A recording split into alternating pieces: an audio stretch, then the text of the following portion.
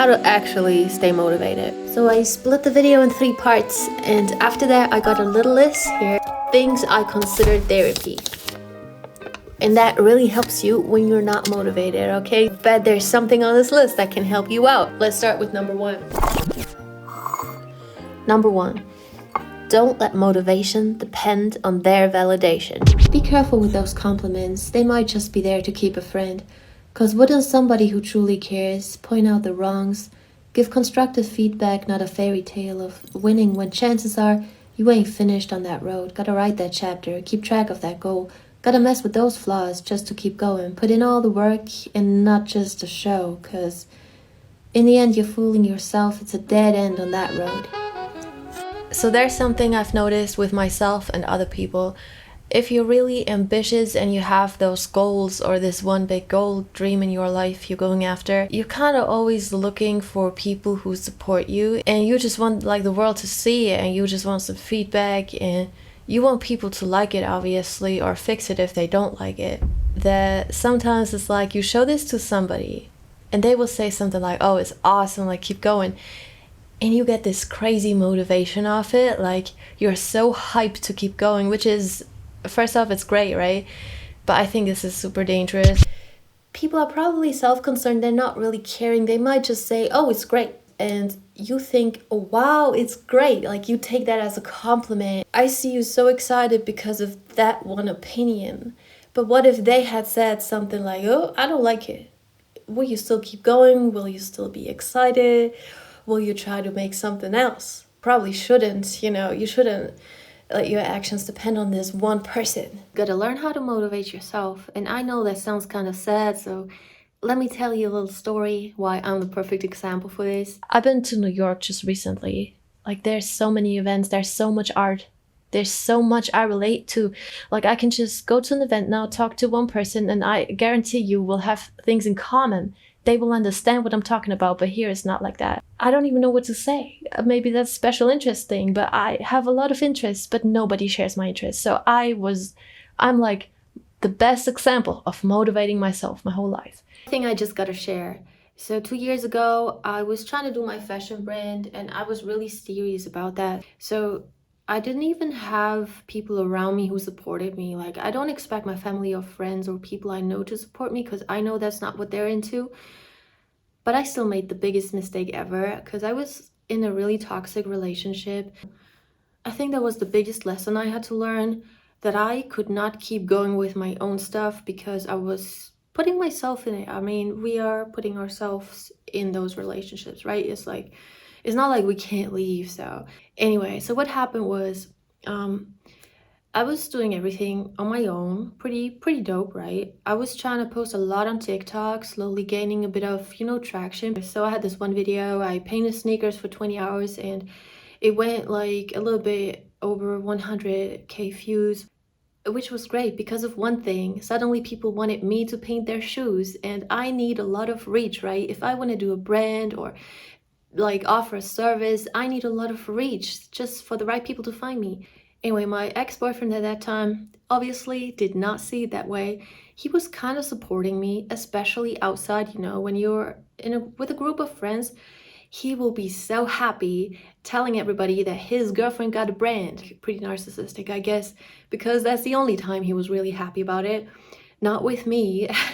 And then after that video, I told him like, did you see that video? Like, I'm really like happy about that and I can do more, He was like, yeah, it's over. Not gonna support you again. Never. I know I used to, but now I will not. I really don't care. And no, it's not cool. Your style used to be good. Your style sucks. That's what happens then, right? You're left with all the strangers supporting you, but your personal life is a big mess and you just can't go no more. Take care of that energy you keep around you. That's how I like to say it. Make sure that you love what you do and you don't depend on somebody else's support. And that's really why I'm so hard on this, because you just gotta learn how to be on your own, love yourself, put yourself first. So that's kind of what I'm going through right now. And I just know nobody can stop me, only myself. And to be honest, that's a great feeling to know that. Like, you don't need that many people around you. You really don't. Okay. Number 2, don't complicate the goal. Know its essence and stick with it. Okay, cool. I'ma chill and not get overexcited about those compliments, but I want it all and I want it now. Yo, don't complicate the goal. Stick to its essence, stick to its core and nothing more. I said it before, too metaphorical, but who cares, so one more time to make it stick. You put too much on your plate, you finna drown. Blurry foam dreams of presumed victories and champagne showers swiping you off your feet, and it gets ugly on the ground. Therefore, like Kendrick, keep things humble. Therefore, set a simple goal. Like the headline of a news magazine, all caps, big letters, and no room for trying to be extra. Usually, it's not an easy task, cause putting great things in simple words might leave you a hot mess. Yo, you can do it though. Since you know what you want, put that goal on the wall and stick through with it, alright? That's it. Just keep the goal simple. Don't put too much on your plate. Do it like 5 minutes of piano a day. And even if you don't want to do it, you can push yourself to these 5 minutes, right? I mean, that's the least you could do. Even if I don't feel like doing it for 5 minutes, I just set the timer on my phone and I just do it. That's as much as it takes, right? And maybe you'll love it and you'll end up doing it 30 minutes, right? But keep it simple. It's tough. It's harder to set a simple goal than a crazy goal that you're not going to stick through with it. And the last thing is, you have to be super careful with the energy you keep around you. So it's like people say, keep your circle small. Yeah, I heard that so many times, and they're actually not doing it. Like everyone knows that, but it's kind of a really harsh truth that you are probably, somewhere in the middle of the people you surround yourself with when it comes to about everything. And if you're much better than them, well, you should probably move on. If they spend their life doing things that you just really don't rock with, just, gossiping around and talking about all the things they are going to do and they're actually not doing anything, and you're like all about action and you want to grow, like you have that mindset, you want to grow, at least that's for me. If there's people around me who don't share that mindset, I can have small conversations with them, but I should not let them be really part of my life, because they are not going to be the ones that are going to push me, that are going to put me to the next level. They're just not any positive energy. And if that means that you have to spend some time alone, well, that's good. That's good. That's actually the way I think so. Last one. To not fail and fall into a big dark hole of depression and anxiety, treat your dreams like gems. Polish them in silence, keep to yourself, and speak up only once. They will notice you got it all, and be chatting behind your back, cause that might just throw them off. Once a friend turned envy, he chained himself to the ground. Babe, leave him behind. He gotta heal himself first, and part of self-love is caring a bit more for your own self-worth. Well, you might be ready for the takeoff, so sometimes you just gotta leave and let it go. Things I consider therapy. There's certain things that really make you feel better, and when you're having a really bad day, you just know what to do. Like it's almost like medicine, only that it's better because it's not a pill, it's something else. Okay, first off, I guess it's really important that you know what works for you, like what works best for you. Take music as an example. I guess a lot of us just love music, but it's got to be your taste, right? Otherwise it will not make you feel any better.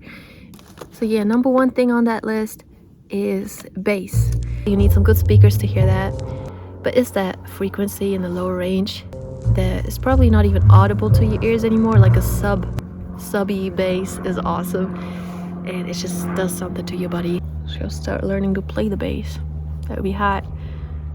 Meditation sounds or healing sounds, if you Google that on YouTube, 40 hertz, I guess. I'm not sure about that one. Like that has some certain effect on your body. It might not work for you, but for others it will. So just an idea. Lately I also seen a lot of these in-ear plugs where you can adjust the noise, like the decibels. For example, if you're somebody who gets really social anxiety, or if you want to shut down the noise around you, if you're in at a loud concert and you want to have that option, right? There's some great stuff out there. I wish I could try them out, because that definitely makes you feel a lot different. If you're introverted and you always felt like, society kind of gives you this idea, you need somebody to go to concert with, you need somebody to go to the bar, to the club, to the restaurant, oh god, man, I have some accent. You need somebody to just grab a coffee. Well, you don't really need anyone. You just gotta, you know, if you have something in your ears like music, for me that's easier. Then I just walk around and, you know, I travel to New York alone. I travel inside my country alone. I go to concerts alone, not because I want to always be alone, but I just had really bad experience in my past, and right now the time is for me to be alone and learn how to do that. So sometimes that's really healing and helps you out. But another thing is just anything that gives you some type of dopamine, right? That's healthy, by the way. So we all know what's not healthy in giving us dopamine, but we want to stick with the healthy stuff. So for example, sports. If you love sports, you know that after having a great workout or after dancing, you used to be dancing for me, I just feel a lot better. If you don't like sports, you know what you can do. You could just go for a walk. Let's go for a walk. You know, just walking does the same thing, I think so. Or is it the fresh air? Because I don't usually do that. I started doing this, filming these YouTube videos, and I realized how healthy that is. So just go outside, and it makes sense, right? For example, if you have some roommates and you just need to get away and they don't give you that space, right? Some people are just always talking. You need to take that time for yourself, and it will make you feel better end of the day. And like I said, it's different for everyone. Maybe you love some good company, so you can go out, meet some people, or you want to spend more alone time, so go out into the forest, into the snow, I don't know, to the beach, wherever you're at. You need some safe space for your thoughts to calm down, for you to just really gel. Some people believe they got to push themselves to the very limit.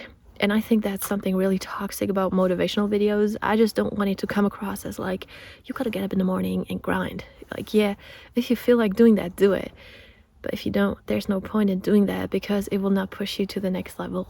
So if you're having kind of a down day, what I like to do, literally, I put on my favorite soul R&B playlist on YouTube. I mix honey and sugar and just have some peeling and do my nails, do my hair. You know, just like have these beauty days, whatever that means for you, but there's something you can do, right? And it just makes you feel better.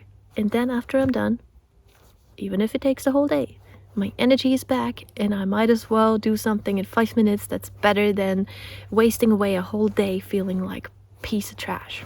So as much as I want to motivate on this channel, I try to really put self-care on top. Kind of my main priority for next year is to keep uploading on here, so see you in the next video then.